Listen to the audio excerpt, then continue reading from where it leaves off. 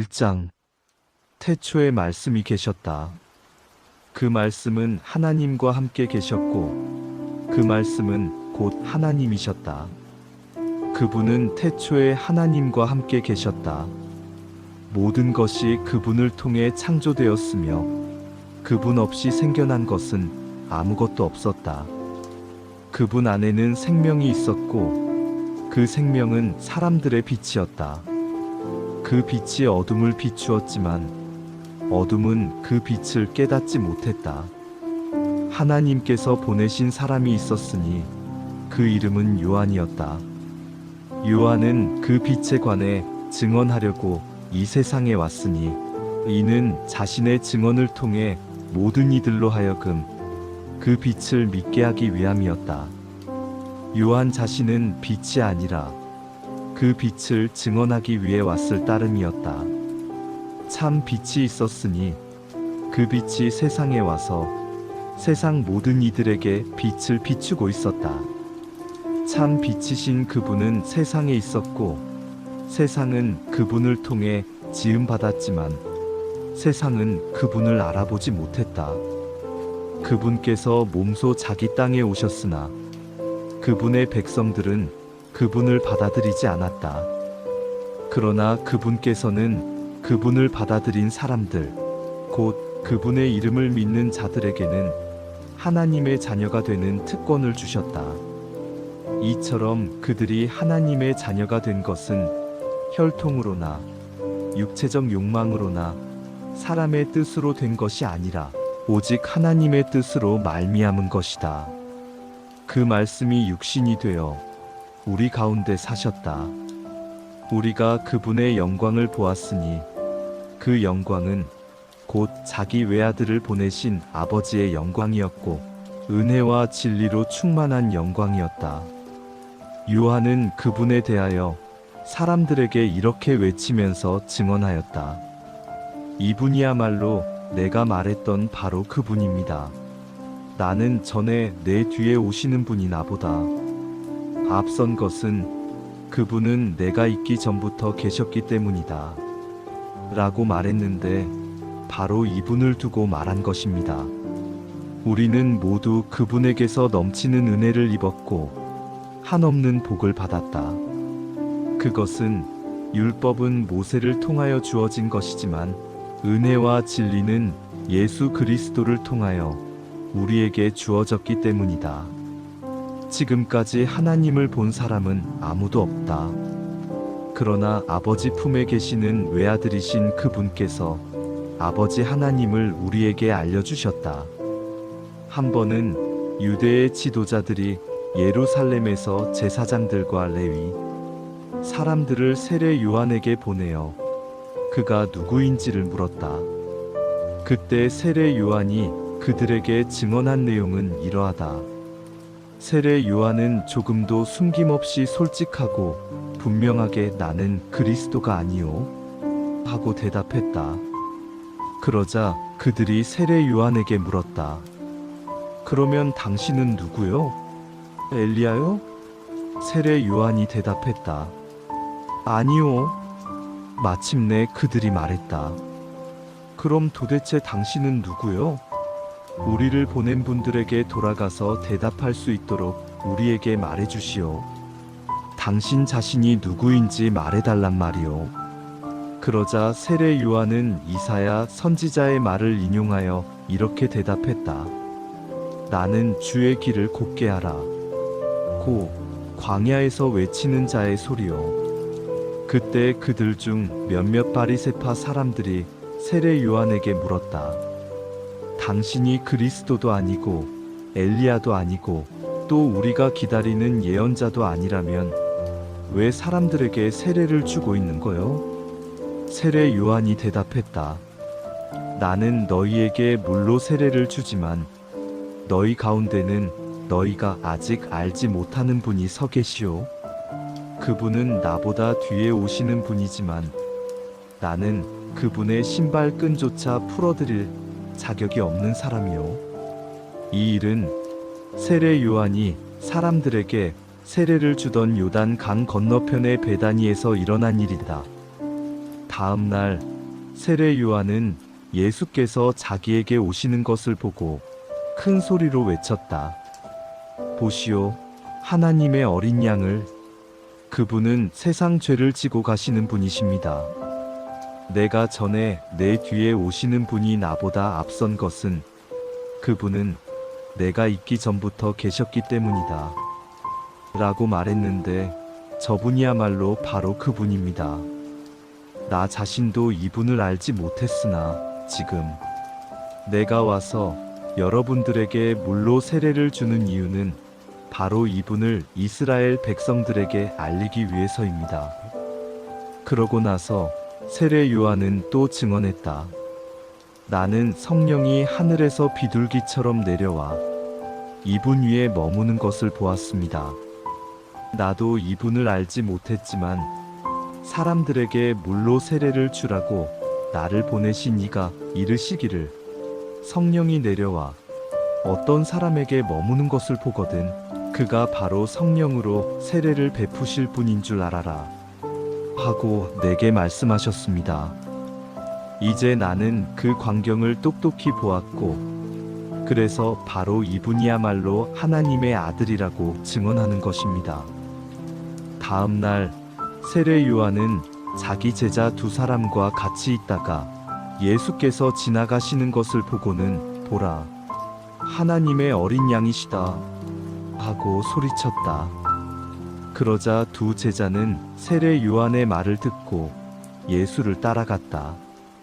예수께서 돌아서서 그들이 따라오는 것을 보시고 그들에게 물었다. 당신들이 원하는 것이 무엇이요? 그들이 말했다. 선생님, 사시는 곳이 어디입니까? 예수께서 대답하셨다. 나를 따라와 보면 알게 될 것이요.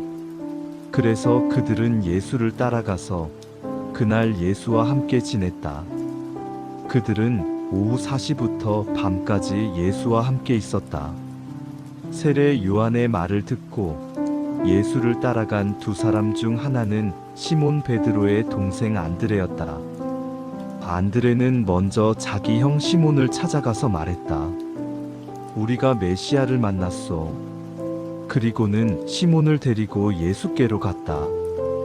예수께서는 시몬을 바라보시더니 말씀하셨다. 당신은 요한의 아들 시몬이요. 그러나 이제부터는 당신을 게바라고 부르겠소. 다음 날 예수께서는 갈릴리를 향해 떠나려고 하셨다. 그런데 빌립을 만나시자 나를 따르시오 하고 말씀하셨다. 안드레와 베드로처럼 빌립도 역시 고향이 벳세다였다. 빌립은 친구 나다나엘을 찾아가 말했다. 오래전에 모세가 율법책에 썼고 또 예언자들 역시 기록했던 바로 그분을 우리가 만났네.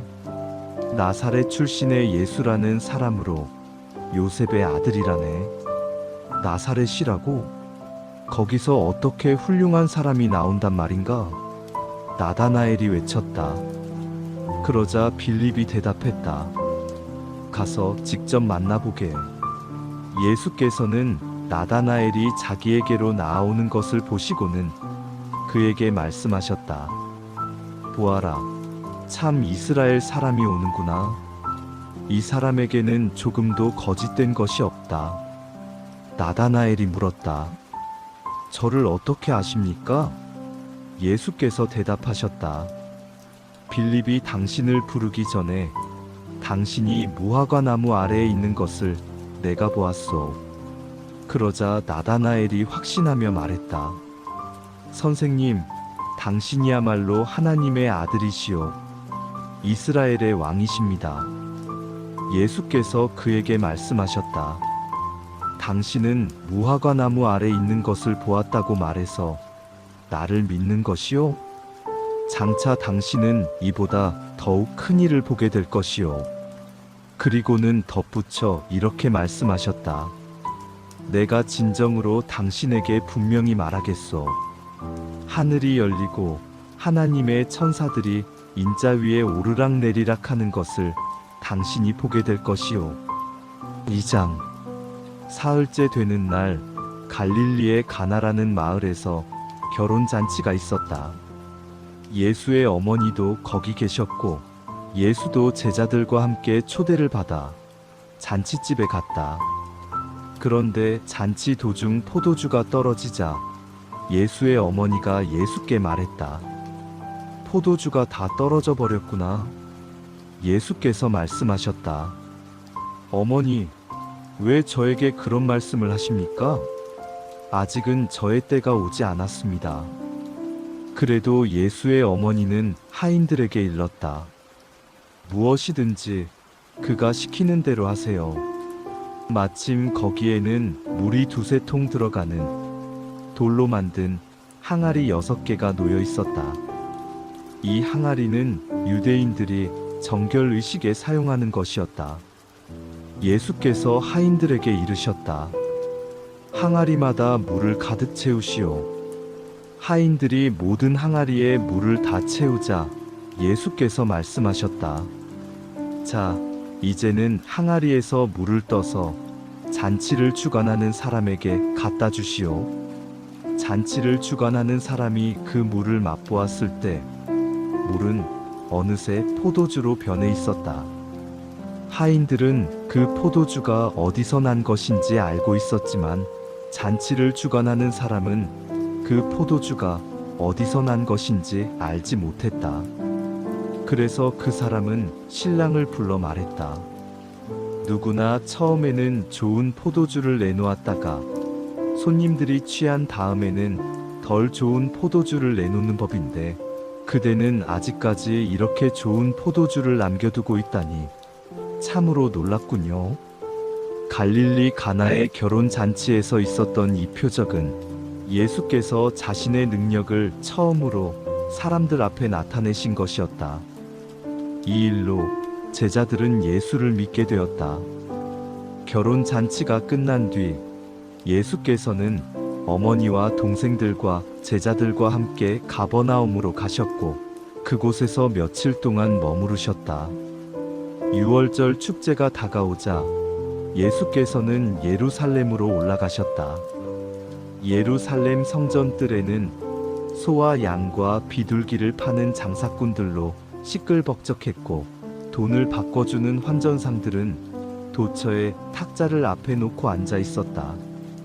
그 모습을 보시고 예수께서는 끈을 꼬아 채찍을 만드신 후 그 채찍을 휘둘러 양과 소를 모두 성전 밖으로 몰아내셨다.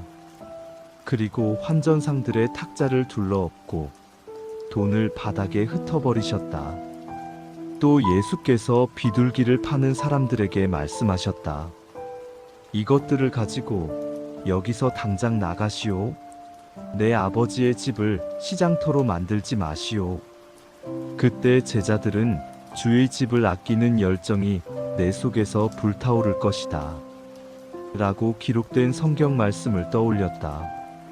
유대인들이 우르르 몰려와서 예수께 따졌다. 당신이 무슨 권한으로 이런 일을 하는 것이오? 그런 권한을 받았다는 것을 증명할 만한 표적을 우리에게 보여주시오. 예수께서 그들에게 말씀하셨다. 이 성전을 허무시오. 그러면 내가 사흘 만에 다시 세우겠소.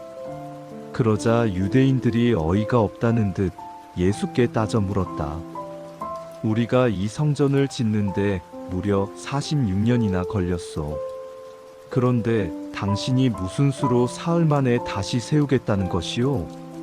하지만 예수께서 말씀하신 성전은 자신의 몸을 가리키는 말이었다.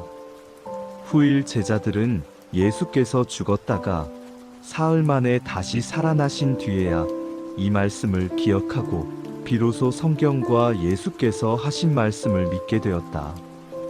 유월절 기간 동안 예수께서는 예루살렘에 머무시면서 많은 기적을 행하셨다. 그리고 그런 기적들을 본 사람들은 예수를 믿게 되었다. 그러나 예수께서는 모든 사람을 잘 알고 계셨기 때문에 그들에게 자기 자신을 맡기지 않으셨다. 또 예수께서는 사람의 마음속까지 다 알고 계셨기 때문에 어느 누구에 대해서도 다른 사람의 증언을 필요로 하지 않으셨다. 3장. 바리새파 사람들 가운데 니고데모라는 사람이 있었다. 그는 유대 공회의 지도자였다. 어느 날 밤 그가 예수를 찾아와 말했다. 선생님, 우리는 선생님이 하나님께서 보내신 분인 줄 알고 있습니다. 하나님께서 함께하지 않으시다면 아무도 선생님처럼 그런 놀라운 기적을 행할 수 없습니다. 예수께서 대답하셨다. 내가 진정으로 당신에게 말하겠소. 누구든지 다시 태어나지 않으면 결코 하나님의 나라를 볼 수 없소. 니고데모가 말했다. 나이 들어 늙은 사람이 어떻게 다시 태어날 수 있단 말입니까? 어머니 뱃속에 다시 들어갈 수는 없지 않습니까? 예수께서 대답하셨다. 내가 당신에게 진정으로 분명히 말하겠소.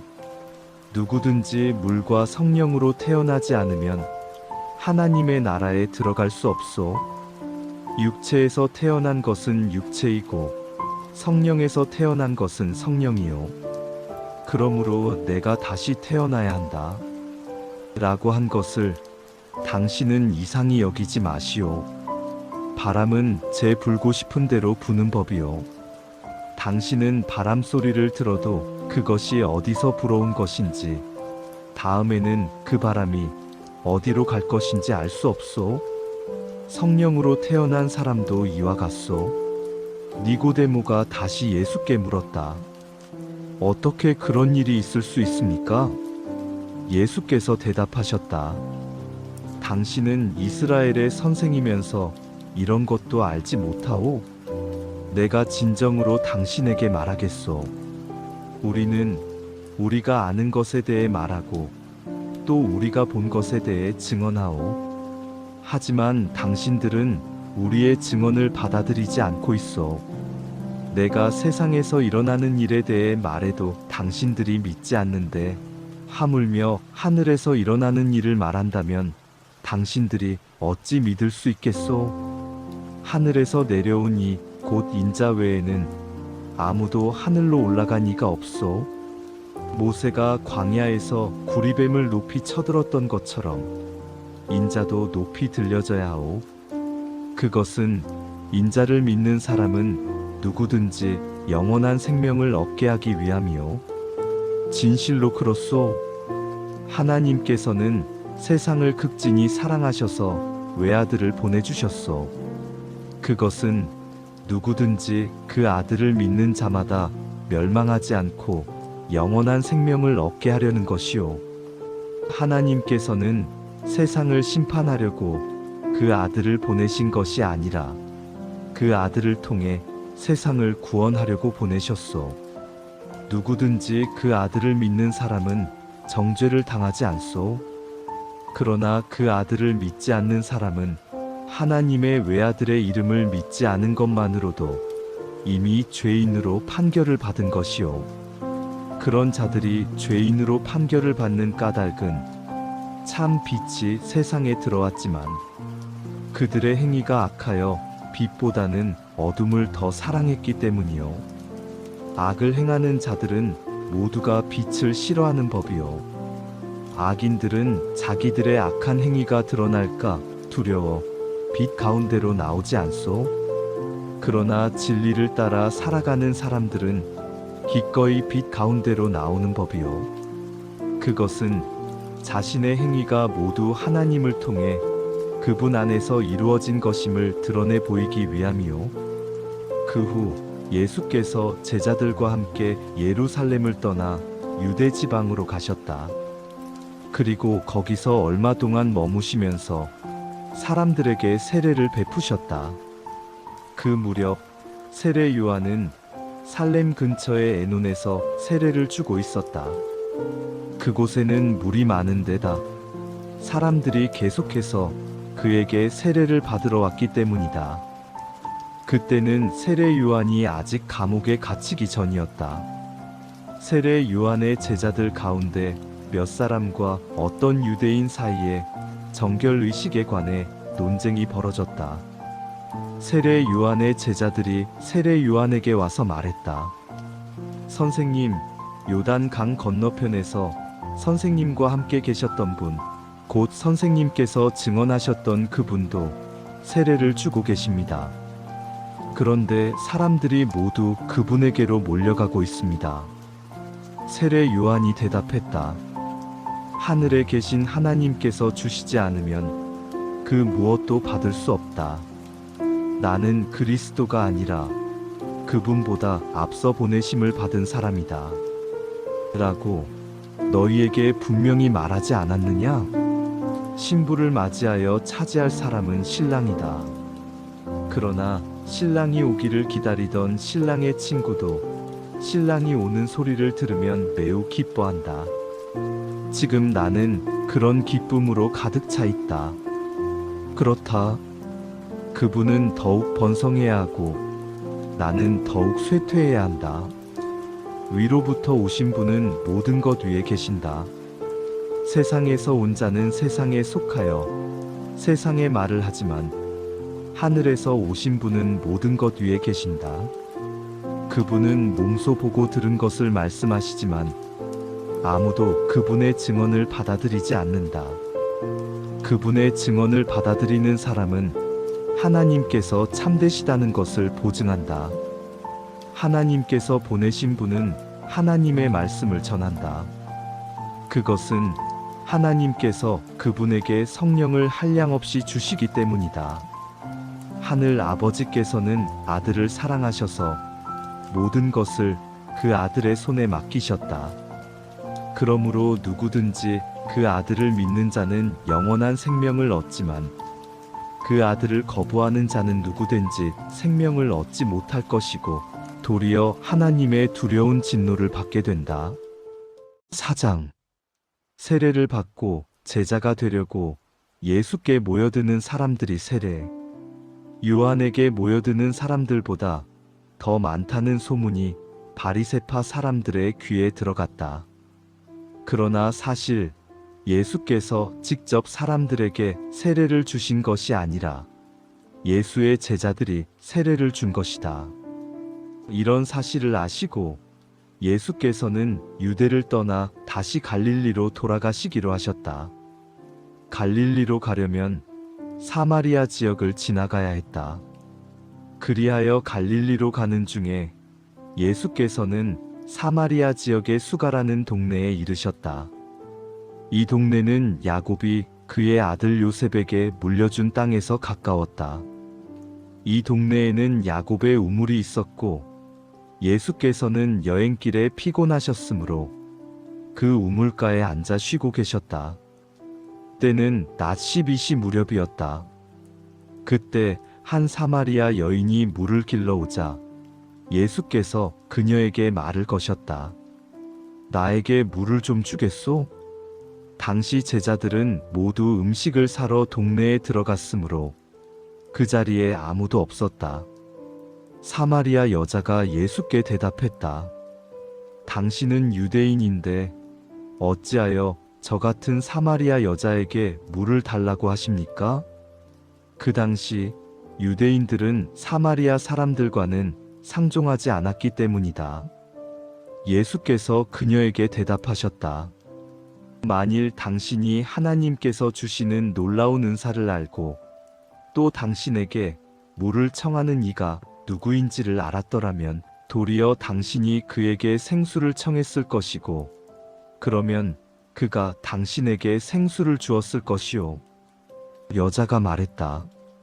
하지만 당신에게는 두레박도 없는 데다 이 우물은 굉장히 깊지 않습니까? 어디서 생수를 길어다 주신다는 말입니까? 이 우물물은 우리 조상 야곱은 물론이고 그의 자녀들과 가축들이 즐겨 마시던 물입니다. 이 우물물을 우리에게 주신 야곱보다 당신이 더 위대한 분이란 말입니까? 예수께서 말씀하셨다. 이 물을 마시는 사람은 곧 다시 목마를 것이요. 하지만 내가 주는 물을 마시는 사람은 영원히 목마르지 않을 것이요. 내가 주는 물은 그 사람 안에서 끊임없이 솟구쳐 나와 영원한 생명에 이르게 하는 참 샘물이 될 것이요. 여자가 예수께 말했다. 선생님, 그 물을 제게 주십시오. 그러면 제가 다시는 목마르지도 않고 또 물을 길러 여기까지 올 필요도 없게 되지 않겠습니까? 예수께서 여자에게 말씀하셨다. 가서 당신의 남편을 불러오시오. 여자가 대답했다. 저에게는 남편이 없습니다. 예수께서 말씀하셨다. 그렇소. 남편이 없다고 말한 당신의 말이 옳소. 당신에게는 남편이 5이나 있었고 지금 함께 살고 있는 그 남자도 사실은 당신 남편이 아니오. 그러니 방금 당신이 한 말이 맞소. 그러자 여자가 말했다. 선생님, 제가 보니 선생님이야말로 예언자이십니다. 그러니 제게 말씀해 주십시오. 우리 조상들은 이 산 위에서 예배를 드렸는데 왜 당신네 유대인들은 우리가 반드시 예루살렘에서 예배를 드려야 한다고 말합니까? 예수께서 말씀하셨다. 여자여, 내 말을 믿으시오. 이 산도 아니고 예루살렘도 아닌 곳에서 하늘 아버지께 예배를 드리게 될 때가 오고 있어.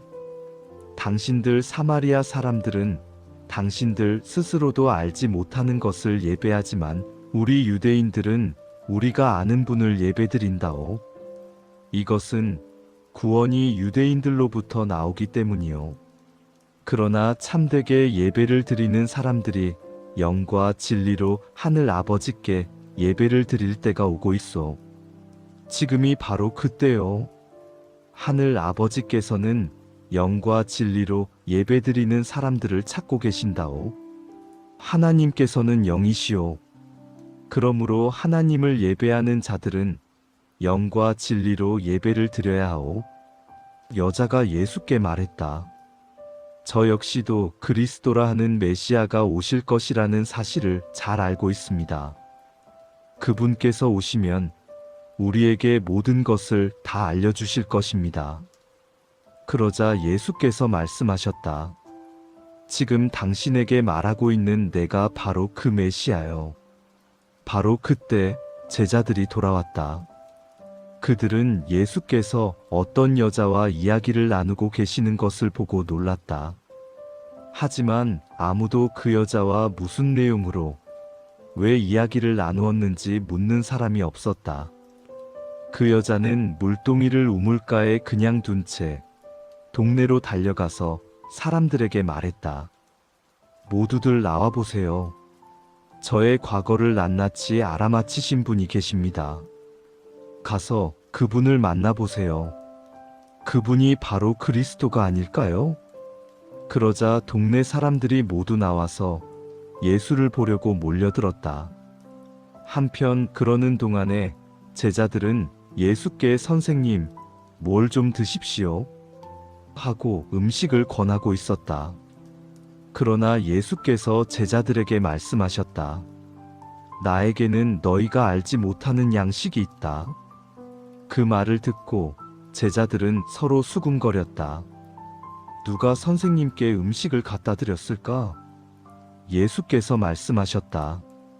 내 양식은 나를 보내신 분의 뜻을 이루고 그분의 일을 완성하는 것이다. 너희는 아직도 넉 달이 더 지나야 추수 때가 된다. 하고 말한다. 그러나 나는 너희에게 말한다. 자, 눈을 들어 들판을 보아라. 벌써 곡식이 다 익어서 거두어 들릴 때가 되지 않았느냐? 추수하는 사람은 이미 품삯을 받고 영생에 이르는 열매를 거두어 들인다. 그러면 씨를 뿌리는 자와 곡식을 거두는 자가 함께 기뻐할 것이다. 그러므로 한 사람은 뿌리고 다른 한 사람은 거둔다. 라는 말은 과연 옳다? 나는 너희를 보내어 너희가 일하지도 않은 데서 열매를 거두게 하였다. 힘든 수고는 다른 사람들이 하였지만 추수는 너희가 하게 된 것이다. 그 동네에 사는 많은 사마리아 사람들은 예수를 믿게 되었다. 그것은 그 사마리아 여자가 그분께서 내 과거를 낱낱이 다 알아맞히셨다 하고 증언하였기 때문이다. 사마리아 사람들이 자기 동네에 묵으실 것을 청하자 예수께서는 거기에서 이틀을 지내셨다. 그리고 예수의 말씀을 듣게 되자 더 많은 사람들이 예수를 믿게 되었다. 그들은 그 사마리아 여자에게 말했다. 처음에는 당신의 말 때문에 믿었지만 이제는 그렇지 않소? 우리가 직접 그분의 말씀을 듣고 보니 그분이야말로 참으로 세상의 구주이심을 깨달았기 때문이요. 이틀 후 예수께서는 사마리아 지역을 떠나 갈릴리 지방으로 가셨다. 전에 예수께서는 예언자가 자기 고향에서는 존경받지 못한다 하고 말씀하신 적이 있었다. 갈릴리 지방에 도착하자 갈릴리 사람들은 예수를 크게 환영했다. 그들은 유월절에 예루살렘에 갔다가 예수께서 거기서 행하신 놀라운 일들을 직접 보았기 때문이었다. 예수께서는 전에 물을 포도주로 변하게 하셨던 가나라는 동네에 들르셨다. 그곳에는 왕의 신하 한 사람이 살고 있었는데 그의 아들이 중병에 걸려 가버나움에 있었다. 그 왕의 신하는 예수께서 유대에서 갈릴리로 오셨다는 소문을 듣고 예수께 찾아와 자기 아들이 다 죽게 되었으니 제발 살려달라고 간청했다. 예수께서 그에게 말씀하시기를 당신들은 기이한 일들이나 기적 같은 일들을 보지 않고는 쉽게 믿으려 들지 않는구려 하시자 왕의 신하가 예수께 또다시 간청했다. 선생님, 제 아들이 죽기 전에 제발 함께 가주십시오. 예수께서 말씀하셨다. 집으로 돌아가시오. 당신의 아들이 살 것이오. 그 신하는 예수의 말씀을 믿고 집으로 향했다. 신하가 아직 집으로 돌아가고 있을 때 신하의 하인들이 마중 나와 그 아들이 살아났다는 소식을 전했다. 내 아들이 언제 나아졌느냐? 하고 신하가 묻자 하인들이 대답했다. 어제 오후 1시쯤 갑자기 열이 떨어졌습니다. 놀랍게도 그 시각은 예수께서 신하에게 당신의 아들이 살 것이요 하고 말씀하신 바로 그때였다. 이런 일로 말미암아 그 신하와 그의 집안 식구들은 모두 예수를 믿게 되었다. 이것은 예수께서 유대를 떠나 갈릴리로 오신 후에 행하신 두 번째 표적이었다. 5장. 얼마 후 유대인의 명절이 되자 예수께서는 예루살렘으로 올라가셨다. 예루살렘에 있는 양의 문 곁에는 히브리 말로 베데스다라 불리는 연못이 있었는데 연못 주위에는 5채의 행각이 있었다. 이 행각 안에는 절름발이, 맹인, 중풍병자 등 수많은 병자들이 질비하게 누워 있었다. 그들은 모두 물이 움직이기를 기다리고 있었다. 그 이유는 주의 천사가 그 연못에 가끔 내려와 물을 휘저어 놓는데 그렇게 물이 움직일 때 가장 먼저 연못에 들어가는 사람은 무슨 병에 걸렸든지 다 나았기 때문이었다. 그곳의 병자들 가운데 38년 동안 병을 앓아온 사람이 있었다. 예수께서는 그가 누워 있는 것을 보시고 또 그가 아주 오랜 세월 동안 병을 앓아온 것을 아시고는 그에게 물으셨다. 당신은 낫기를 원하시오? 그 병자가 대답했다. 물이 움직일 때 저 연못에 들어가야 하는데 제가 연못에 들어갈 수 있도록 저를 도와주는 사람이 아무도 없습니다. 제가 들어가려고 애쓰고 있으면 늘 다른 사람이 앞질러 들어가 버립니다. 예수께서 그에게 말씀하셨다. 일어나시오. 일어나서 당신의 자리를 챙겨들고 걸어가시오. 바로 그 순간 그의 병이 말끔히 나았다. 그래서 그는 자기 자리를 챙겨들고 걸어갔다. 그런데 이 일이 일어난 때는 마침 안식일이었다. 그래서 유대인들은 병 고침을 받은 그 사람에게 말했다. 오늘은 안식일이요. 그러니 안식일에 자리를 챙겨들고 걸어가는 것은 율법에 어긋나는 일이요. 그러자 그 사람이 대꾸했다. 제 병을 고쳐주신 분이 내 자리를 챙겨들고 걸어가라고 하셨습니다. 유대인들이 다시 따지고 나섰다. 뭐요? 그렇다면 당신에게 자리를 챙겨들고 걸어가라고 말한 사람이 도대체 누구요? 그러나 병 고침을 받은 그 사람은 자기를 고쳐준 사람 누구인지 알 길이 없었다. 거기에는 수많은 사람들이 붐볐고 예수께서는 이미 그곳을 떠나가셨기 때문이다. 얼마 후 예수께서 성전에서 그 사람을 만나시자 말씀하셨다. 보시오, 이제 당신은 말끔히 나았소. 그러니 다시는 죄를 짓지 말아서 당신에게 더 나쁜 일이 생기지 않도록 조심하시오. 그제야 그 사람은 자기 병을 고쳐주신 분이 예수인 것을 알고는 유대인들에게로 가서 사실대로 말했다. 그 일로에서 유대인들은 예수께서 안식일을 어겼다는 이유로 예수를 핍박하기 시작했다. 그러나 예수께서 그들에게 말씀하셨다. 내 아버지께서 지금까지 쉬지 않고 일하고 계시니 나도 일하고 있어. 이 말씀 때문에 유대인들은 더욱더 예수를 죽이려고 단단히 별렀다.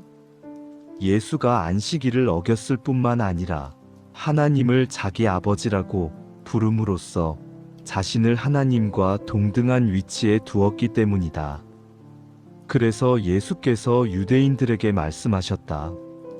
내가 진정으로 당신들에게 밝히 말하겠소. 아들이 자기 혼자 마음대로 하는 일은 없소. 아들은 아버지께서 하시는 일만 따라할 수 있소. 아버지께서 행하는 일은 무엇이든 아들도 행하기 때문이요. 아버지께서는 아들을 사랑하셔서 아들에게는 자신이 하시는 일을 모두 보여주신다오. 그렇소. 아버지께서는 이보다 훨씬 더 큰 일들을 아들을 통해 보여주셔서 당신들을 놀라게 하실 것이오. 아버지께서 죽은 자들을 일으켜 다시 살리시듯 아들 또한 자기가 원하는 자들에게는 생명을 준다오. 또한 아버지께서는 어느 누구도 심판하지 않으시고 심판하는 일은 모두 아들에게 맡기셨소. 그것은 모든 사람이 아버지를 공경하듯 아들도 역시 공경하도록 하기 위함이라오. 그러므로 아들을 공경하지 않는 자들은 그 아들을 보내신 아버지도 역시 공경하지 않는 것이오. 내가 진정으로 밝히 말하겠소. 누구든지 내 말을 듣고 또 나를 보내신 분을 믿는 사람은 영원한 생명을 얻으며 정죄를 받지 않을 것이오. 그런 자들은 이미 죽음에서 생명으로 옮겨졌소. 내가 진정으로 밝히 말하겠소. 때가 오면 죽은 자들이 하나님의 아들의 음성을 듣게 될 터인데 지금이야말로 바로 그때요. 그 아들의 음성을 듣는 사람들은 살 것이요.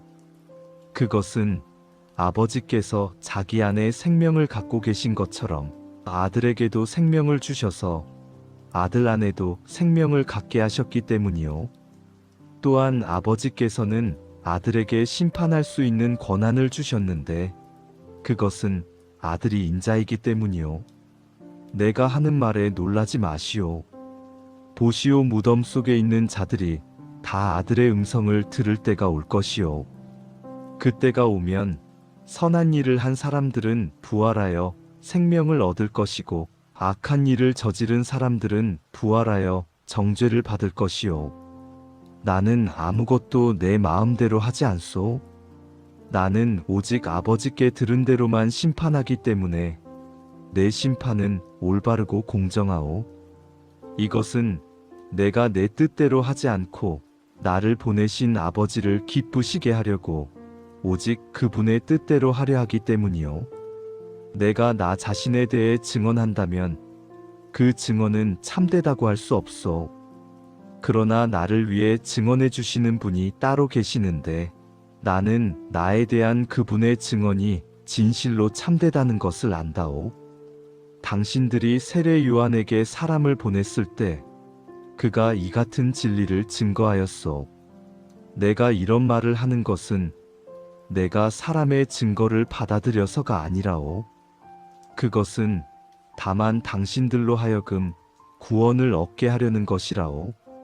세례 요한은 타오르는 등불이 되어 당신들에게 빛을 발하여 주었소. 그래서 당신들은 그 빛 가운데서 잠시 동안 즐거워하였소. 그러나 나에게는 세례 요한의 증거보다 더 크고 확실한 증언이 있어.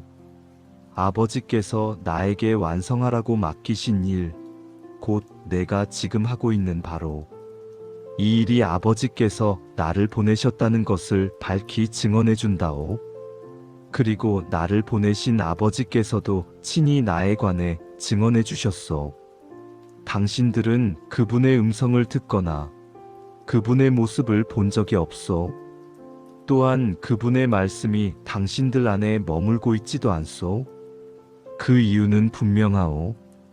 곧 당신들이 그분께서 보내신 이를 믿지 않기 때문이요. 당신들이 성경을 열심히 연구하는 것은 성경에서 영원한 생명을 얻을 수 있다고 생각하기 때문이요. 그렇소. 그 성경이 바로 나를 증언하고 있어. 그런데도 당신들은 생명을 얻기 위해 나에게 오려고 하지 않소. 나는 사람들에게서 영광을 받지 않소. 또 나는 당신들 속에 하나님을 사랑하는 마음이 없다는 것을 잘 알고 있어. 내가 내 아버지의 이름으로 당신들에게 왔는데도 당신들은 나를 받아들이지 않소.